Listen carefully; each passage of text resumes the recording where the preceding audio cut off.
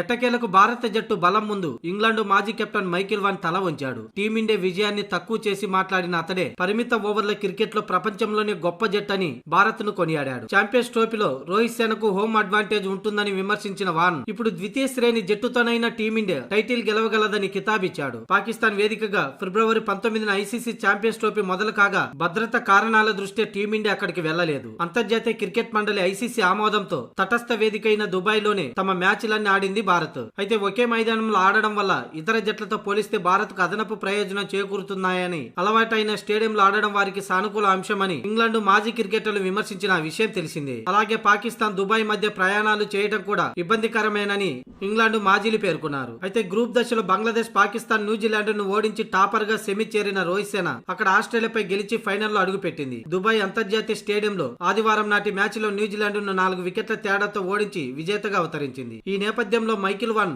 భారత జట్టు ఆట తీరును కొనియాడాడు. అదే విధంగా టీమిండియా బెంచ్ స్ట్రెంత్ ను ఉద్దేశించి ఆసక్తికర ట్వీట్ చేశాడు. నిజాయితీగా చెప్పాలంటే పరిమిత ఓవర్ల క్రికెట్ లో ఇండియా అత్యుత్తమ జట్టుగా కొనసాగుతుందని, ఈ విజయానికి వాళ్ళు అర్హులు. టీ20 ప్రపంచ కప్ గెలిచిన వెంటనే ఛాంపియన్స్ ట్రోఫీ కూడా గెలిచింది. ఒకవేళ టీమిండియా బి జట్టు అంటే యువకులతో కూడిన జట్టు ఛాంపియన్స్ ట్రోఫీకి వెళ్లినా కూడా గెలిచేదే అని మైకేల్ వాన్ పేర్కొన్నాడు. వైట్ బాల్ క్రికెట్ లో వారి బెంచ్ బలానికి ఇంతకంటే గొప్ప నిదర్శనం మరొకటి ఉండదని మైకేల్ వాన్ తన పోస్ట్ లో రాసుకొచ్చాడు.